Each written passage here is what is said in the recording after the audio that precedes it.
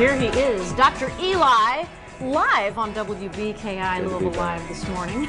Good to be back. You know, there's a lot of potential clients and referrals in sad country music songs. Yes, like that that's one, so true. Nice Every country music song is written about divorce, separation, heartbreak, drinking too much. That's right. Drinking. Right. Get Grabbing you your into my pickup office. and too fast, and oh my goodness, Oh yeah. my goodness. That'll Well, we're get you there. taking your phone calls. So you have questions, comments, or concerns, call Dr. Eli. He's here to take your calls right now. 502-276-2118. I have a question myself. Go ahead, Becca.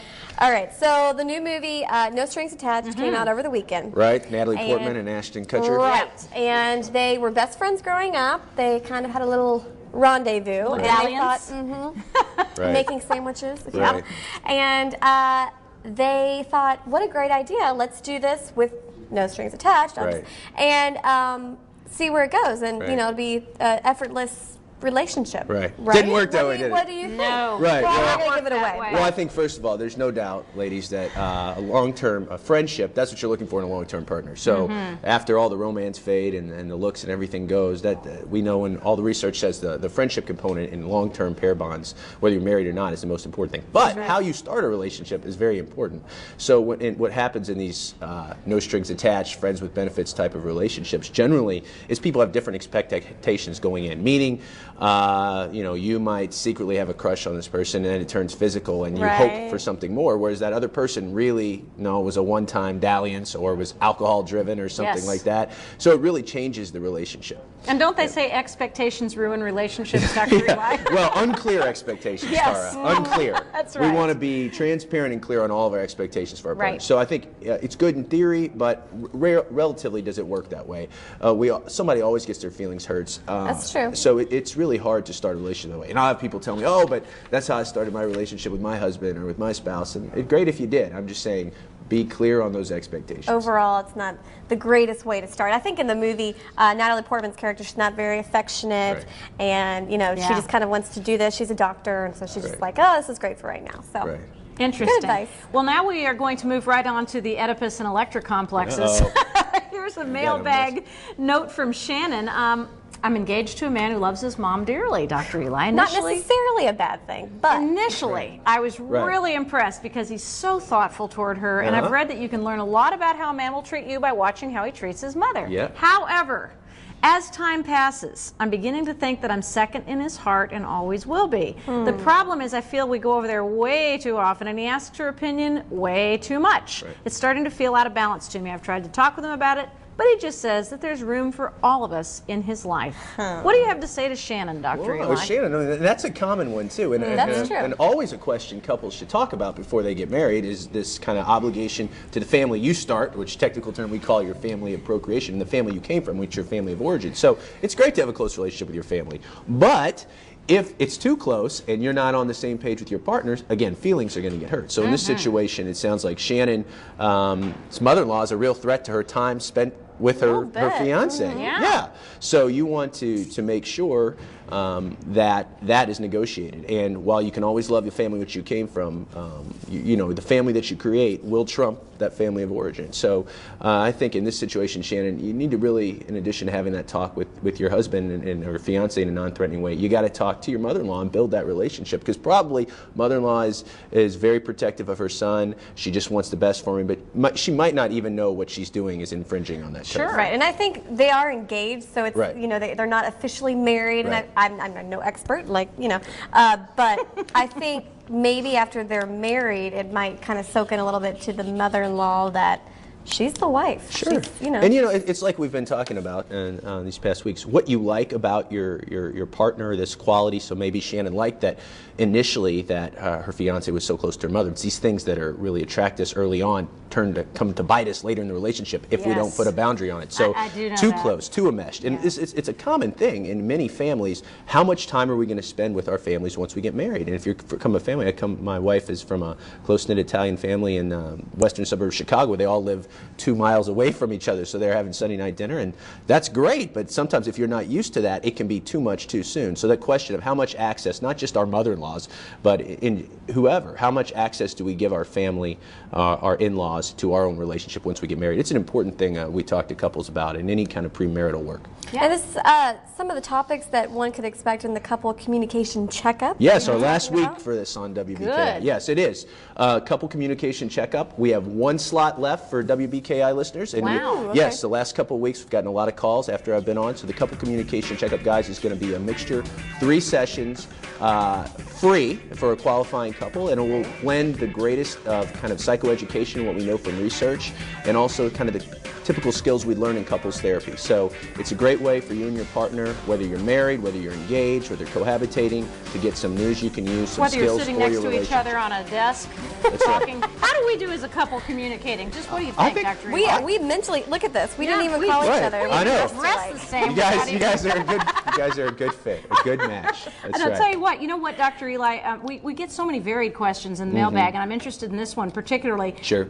She didn't even give us her name. My biological father was married to another woman when I was conceived.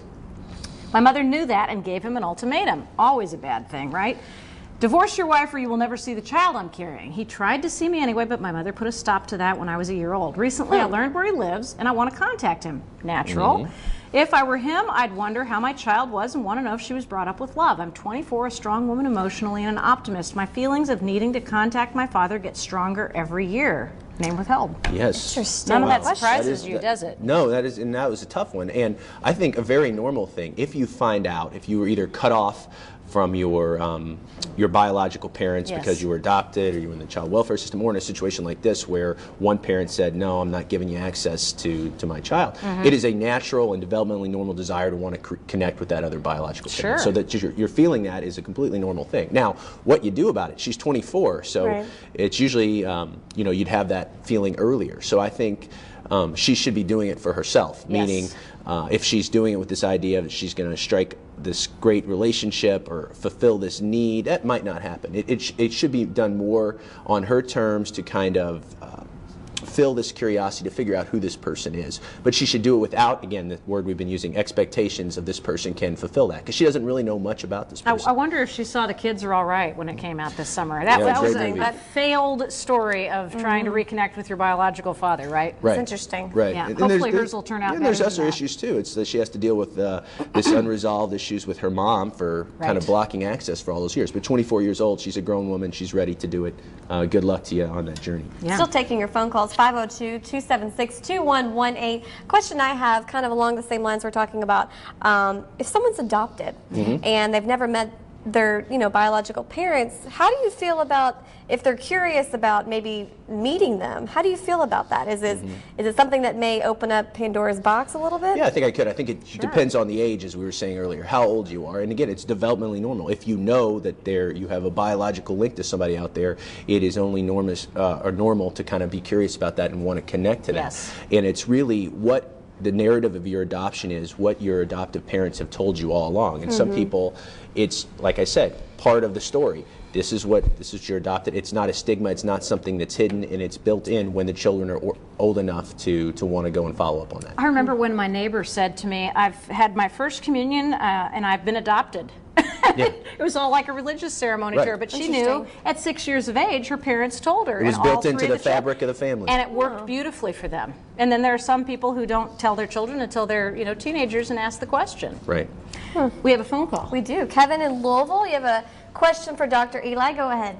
Yeah, Dr. Eli, how you doing this morning? Hey, Kevin. I started to listen to the young lady that wrote the letter just a few minutes ago. Just kind of want to touch base on that. And you're correct. She is 24 years old, and she probably should have started those feelings should have kicked in earlier.